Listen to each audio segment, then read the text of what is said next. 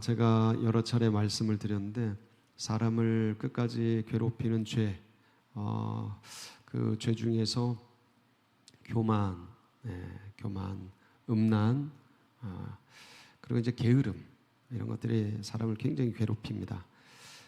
이 교만은 패망의 앞잡이, 넘어짐의 선봉이 되죠. 그래서 이 교만은 항상 경계해야 되고 조심해야 될 것인데, 이 교만은 어떤 면에서는 인간 안에 있는 인정욕구, 이 명예욕이죠.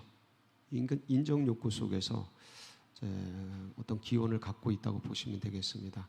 누군가로부터 인정받고 그러면 이제 우쭐해지고 자랑하게 되고 이제 그렇게 되는데, 참 이게 인간 안에서 늘 이 죄성 가운데 언제든지 일어날 수 있는, 그래서 섰다고 하는 자요 넘어질까 조심하라 라는 말씀처럼, 오늘 이 묵상 집에는 고래의 교훈이라고 읽어보셨는지 모르겠습니다. 여기 보면 고래의 교훈이라고 나와 있는데, 왜 고래가 숨을 쉬기 위해 아니면 이렇게 하여간 멀리 이렇게 바닷속에서 하다가 숨을 쉬기 위해서 확 뛰쳐오르지 않습니까? 아니면 이렇게 물을 뿜기 위해서, 이제 숨쉬기 위해서 이제 물 위로 부상을 하거나 확 뛰어오르거나 그러는데 굉장히 멋있죠. 고래의 어떤 위험을 볼 수 있는 아주 찬란한 모습인데, 근데 그때 작사를 맞는다는 거예요. 그러니까 이게 우화죠, 우화. 이걸 뭐 또 과학적으로 해석할 필요는 없습니다. 우화인데, 이 우화적으로 볼 때 고래가 자신의 모습을 온 세상에 가장 찬란하게 빛낼 때, 그때 작사를 맞는다라는 이 고래의 교훈. 성경에서는 이제 나귀의 실수 같은 거죠. 나귀의 실수. 예수님이 예루살렘에 입성하는데 사람들이 막 종려가지 깔아놓고 손에 흔들면서 막 예수님을 환영하지 않습니까? 근데 그때 누가 제일 우쭐해요? 나귀가 우쭐, 자기를 보고 그러는 줄 알고. 누구 때문에 사람들이 환호성을 지르는데요? 예수님 때문에 환호성 지르는데 자기 때문에 그러는 줄 알고 나귀가 우쭐한다는 나귀의 실수 얘기거든요. 이것도 우화죠. 이걸 또 과학적으로 막 그렇게 접근할 필요 없습니다. 그래서 그러니까 가장 인간을 끝까지 괴롭히는 것 중에 하나가, 넘어뜨리려고 하는 것 중에 하나가 이 교만과 오만인데, 오늘 이 요한복음에 등장하는 요한, 그는 흥하여야 하겠고 나는 쇠하여야 하리라 라는 이 말씀을 끝으로 요한복음에서 세례 요한의 말씀은 없습니다. 이게 마지막이에요. 요한복음에서는. 그런데 그러니까 이 사도 요한이 세례 요한에 대해서 싣고 있는 어떤 신학적 의미들을 여기서 볼 수 있는 거죠. 사도 요한이 생각하기에 세례 요한은 끝까지 누구를 향해 충성하였다라는 거예요? 주님을 향해 충성했다라는 거예요. 근데 이제 오늘 이 말씀이 우리들에게 정말 좀 더 깊이 다루고 봐야 될, 세밀하게 봐야 될 어떤 초점을 주는 게 뭐냐면, 사람들이 누군가와 비교하고 누군가와 이렇게 네가 낫다 내가 낫다라는 것을 남들이 막 얘기하고 부추길 때, 그때 굉장히 자극이 됩니다. 그러니까 인간 안에 이런 어떤 연약한 모순들이 있기 때문에 그런 것들을 건드릴 때 그것들에 대해서 보통 반응하는 것은 이제 이렇게 울컥하거나 아니면 이렇게 감정이 솟아서 그거에 자극을 받아서 이제 반응하면서 어떤 근원적으로 속에 있는 태도들이 이제 나오게 되거든요. 그런데 그러한 것들이 사실은 이제 어떤 위기 때와 고난 때, 고난이라는 자극, 위기라는 자극을 주면 그 본연의 모습이 나와요. 평소는 모릅니다. 평소는 다 신사 같고 평소 때는 다 젠틀하고 요조숙녀 같고 그렇습니다. 그런데 왜 운전해 보면 뭐 그 사람 성격 나온다 그런 거 있잖아요. 뭐 술 마셔 보면 그 사람 나온다 이러는데 그게 뭐냐면 어떤 위기 때 어떤 상황 때 그러면 자기의 본연의 모습들이 밑바닥에 깔려 있던 찌꺼기들이 확 일어나죠. 그러니까 뒤집혀지거나 그러면 확 일어나죠. 이제 그런데 그런 고난의 때나 아니면 이제 축복과 풍요의 때 막 부어지고 그러면 이렇게 이 두 가지가 인간을 아주 굉장히 연단합니다. 이게 평소 때 이렇게 있는 것보다 고난 때 아니면 축복의 때, 풍성한 때. 고난은 또 어떤 분들은 잘 견뎌요. 근데 이제 축복이 오고 풍성함이 오고 뭐가 부어지면 거기에 이제 거품이 생기거든요. 마음에 영혼에 거품이 생깁니다. 승리의 도취감, 이루었다는 성취감 이런 것들 속에 거품이 생기면서 태도가 바뀌어요. 자세가 바뀝니다. 자기만 몰라요. 남들은 다 알죠. 그래서 이제 벼는 익을수록 고개를 숙인다. 뭐 이런 얘기가 나오는 게 그럴수록 겸비함을 유지해야 되는데 상대적으로 그게 잘 안 됩니다, 사람들이. 그런데 이 두 가지 상황을 가지고 이제 뒤흔들면서 사람을 자극하면 거기에 있는 자기 본연의 것들이 튀어나오는데 이런 상황을 통해 자꾸 연습해야죠. 내가 왜 또 흔들렸나? 내가 이런 걸 줬다고 또 왜 마음에 거품이 생겼나? 그러면서 이런 자리에 주님 앞에 기도하며 홀로 독대하면서 예배드리면서 또 묵상하고 찬양하면서 깊이 있게 자신을 성찰하고 성령의 조명을 통해서 내 밑바닥에 어떤 죄악들이 여전히 시커멓게 도사리고 있는지 끄집어내서 주님의 말씀의 빛으로 이렇게 잠잠케 하고 그리고 만지고 조율하고 새롭게 해서 자꾸 성장해 가야죠. 믿음으로. 그런데 이 세례 요한이 위대한 것은 예수님이 세례 사역을 시작합니다. 예수님이 직접 세례를 하신 건 아니고요. 제자들을 통해서 세례를 하는데 어쨌든 주님이 주관을 해서 세례 사역을 시작합니다. 근데 이 세례 사역은 누가 먼저 시작한 거예요? 원조가 누구예요? 세례 요한입니다. 근데 같은 유대에서 요단강에서 하게 됩니다. 거리는 있었겠죠. 근데 이 세례 사역을 세례 요한이 먼저 사역하고 수많은 사람들이 세례 요한에게 세례를 받으러 왔어요. 근데 이렇게 인기 많은 요한이 자기가 늘 존경하고 늘 나보다 더 높으시다, 나보다 더 탁월하시다, 나는 신발끈 풀기도 부족한 사람이다 라고 높였던 분이 누구예요? 예수님이에요. 예수님이 세례 사역을 하니까 사람들이 다 어디로 갑니까? 다 이제 뭐 아는 거예요. 사람들은 다 알아요. 참 이게 영적인 존재라 아주 예민하게 다 압니다. 그래서 예수님께로 이제 다 갑니다. 다 간 건 아니고 많은 사람들이 갑니다. 그러니까 이제 세례 요한도 명성이 자자해서 수많은 사람들이 따랐고 그러다 보니까 이제 제자들이 있었죠. 그러니까 이 세례 요한을 따르던 제자들이 이게 예를 든다면 비교하자면 여기 장사가 잘 됐는데 장사 잘 된다고 누가 자꾸 같은 업종을 들어와서 하네. 근데 내가 잘 되면 다른 뭐 들어와서 일을 해도 뭐 문제가 안 되는데 딴 사람이 했는데 거기가 더 잘 돼. 예? 그 여기는 쪼그라들어. 같이 일하던 사람들이 마음이 편하질 않죠. 제자들이 편하질 않죠. 근데 그때 이제 어떤 사람이 한 유대인이 세례 요한의 제자들과 이제 논쟁을 합니다. 변론을 해요. 이제 그 내용이 이거예요. 변론을 하는데 변론의 내용이 뭡니까? 한번 보실까요? 네, 한번 보시겠습니다. 25절이죠. 한번 보시겠습니다. 25절 시작. 이에 요한의 제자 중에서 한 유대인과 더불어 정결 예식에 대하여 변론이 되었다. 이 변론이 뭐냐면 논쟁이죠. 뭐에 대한 논쟁이었어요? 정결 예식에 대한 논쟁이에요. 정결 예식이 뭐예요? 씻는 거죠. 씻는 거예요. 뭐 손도 닦고 발도 닦고. 근데 여기서 정결 예식은 뭐겠어요? 영혼을 닦는 거죠. 세례에 대한 거죠. 물 세례에 대한 겁니다. 그래서 무슨 논쟁이겠습니까? 여기는 자세히 기록이 안 되는데 문맥적으로 무슨 논쟁이겠어요?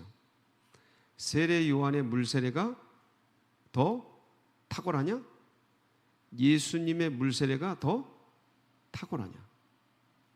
요거 아니겠어요? 그렇죠? 두 개밖에 없잖아요. 지금 나온 게.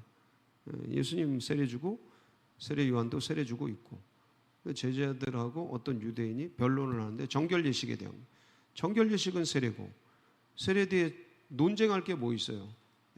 누구 것이 더 낫냐라는 논쟁이죠. 그러니까 이제 그 유대인은 사람들이 다 예수님께 가니까 누구 물 세례가 더 낫다고 하겠어요? 주장하겠어요? 당연히 예수님 물 세례가 더 낫다라고 그 유대인은 주장했을 거고 세례 요한의 제자들은 누구 세례가 더 낫다고 주장했겠어요? 아니 아무리 못나도 내 부모가 최고죠. 뭐 내 부모가 최고죠. 내 스승이 최고죠. 어디 있어 그런 게? 남들이 대통령이고 뭐고 우리 아버지 우리 엄마가 최고죠. 뭐 예를 든다면 그런 거예요. 내가 섬기는 분이 최고지. 제 아무리 뭐 난다긴다 해도. 그러니까 이 세례 요한의 제자들은 우리 요한님의 세례가 짱이다 그랬겠죠. 그래서 이제 변론이 됐는데 변론을 하다 보니까 승질이 나죠.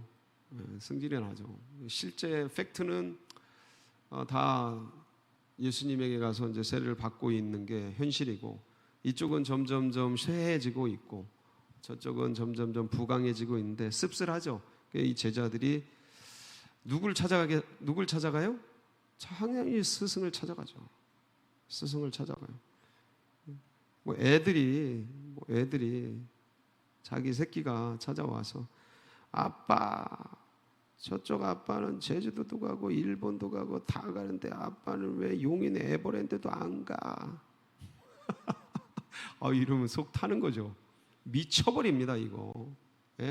남편들은 아빠들은 이 비교에 미쳐버립니다. 그냥 아주 그냥 환장을 해요. 이 전문 용어가 확 나오네 그냥. 그냥 이런 소리 들으면 피가 거꾸로 솟아요. 피가 거꾸로.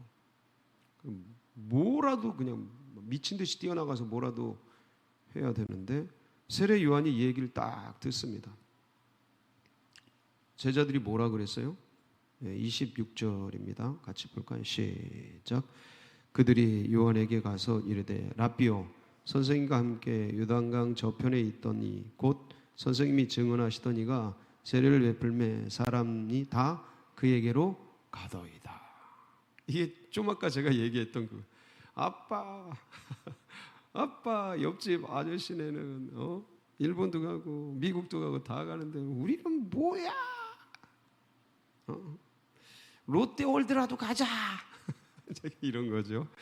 근데 이런 얘기 들으면 이제 많이 어려운데 이때 요한의 답변이 요한이 어떤 사람인지를 딱 드러내고 있어요. 요한이 누구인가? 첫 번째 27절이죠. 같이 봅니다. 시작. 요한이 대답하여 이르되 만일 하늘에서 주신 바 아니면 사람이 아무것도 받을 수 없는. 이게 무슨 뜻일까요? 하늘에서 주신 바 아니면 사람이 아무것도 받을 수 없다. 이게 뭐예요? 이건 하나님이 결정하시는 문제다. 니네들 그렇게 속상해하지 말아라. 이거는 하나님이 결정하신 일이다. 하늘의 때다. 때가 된 거다. 그분이 높아질 때가. 이 하늘의 때를 하나님의 뜻을 명확하게 알고 미동도 하지 않아. 옆에서 그렇게 쑤시는데 와가지고 비교. 예수님과 세례 요한이 형님입니다. 세례 요한이 형님이에요. 사역도 먼저 했어요.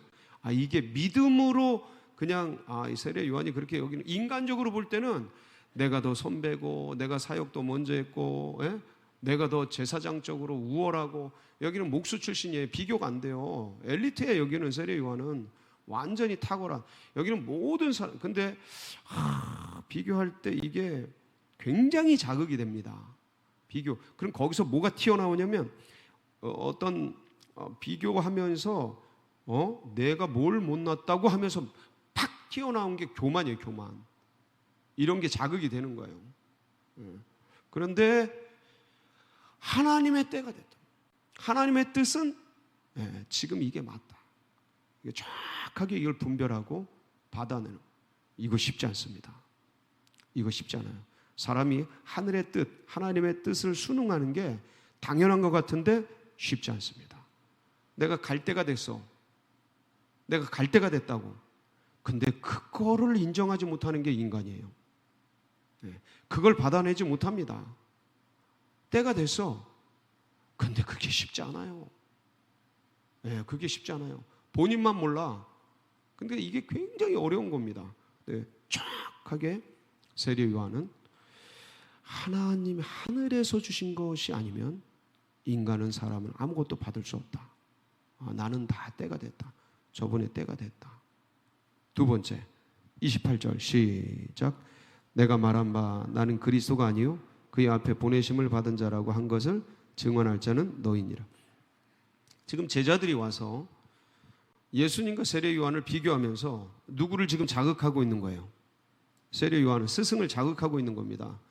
제자들이 이런 얘기를 할 때는 스승은요 이거 굉장히 곤란하고 힘들고 어렵습니다. 막다른 골목이에요. 갈 데가 없어요.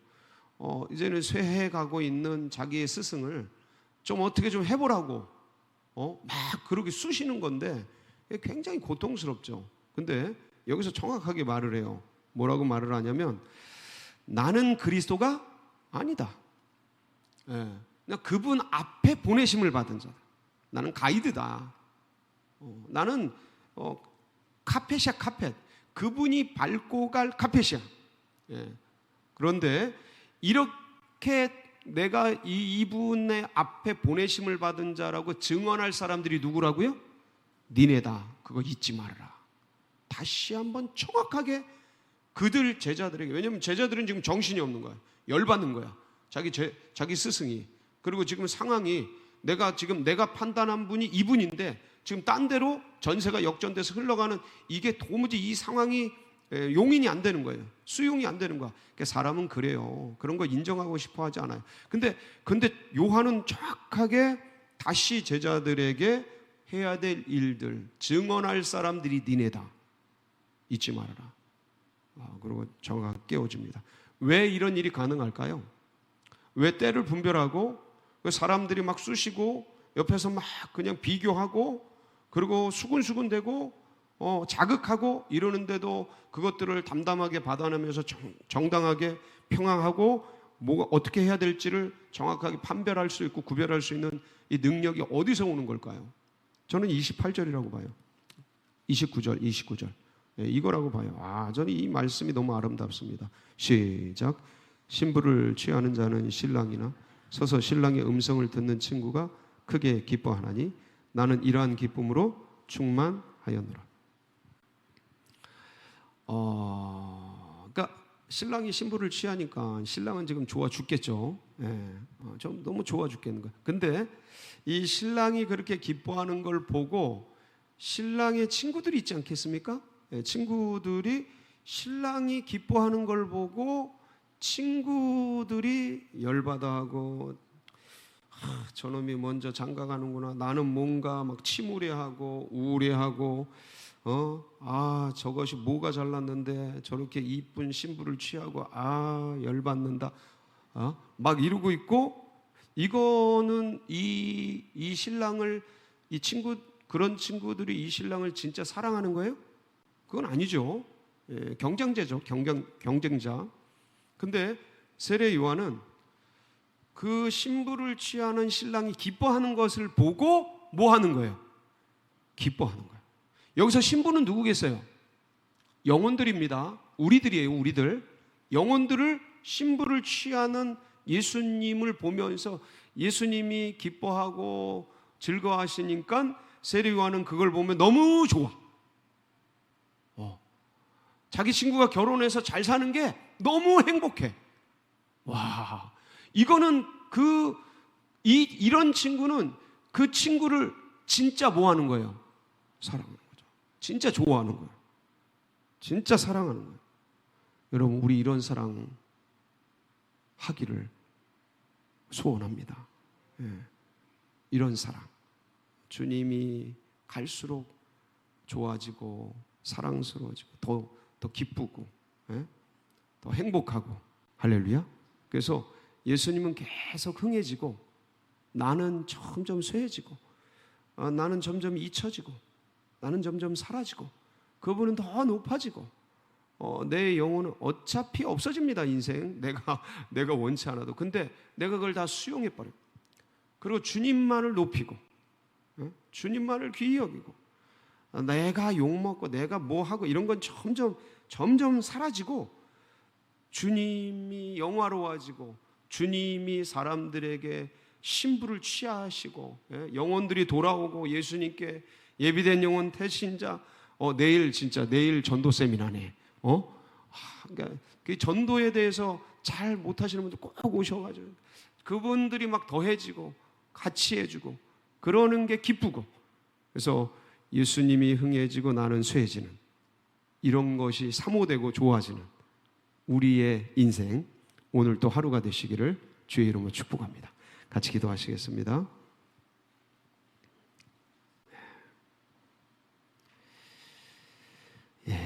감사합니다. 연약한 환우들, 우리 연로하신 분들, 그리고 출타자들, 또 선교사님들, 다음 세대들, 또 내일 있을 전도 세미나, 또 계속 결혼 예비 학교도 있고, 또 부활절 이성미 집사 초청 간증 집회도 있고 여러 행사들, 둔촌동 시대가 또 활짝 열리도록 여러분 각자의 기도 제목 붙들고 우리 주여 부르고 기도하며 나갑니다. 부르짖습니다. 주여 주여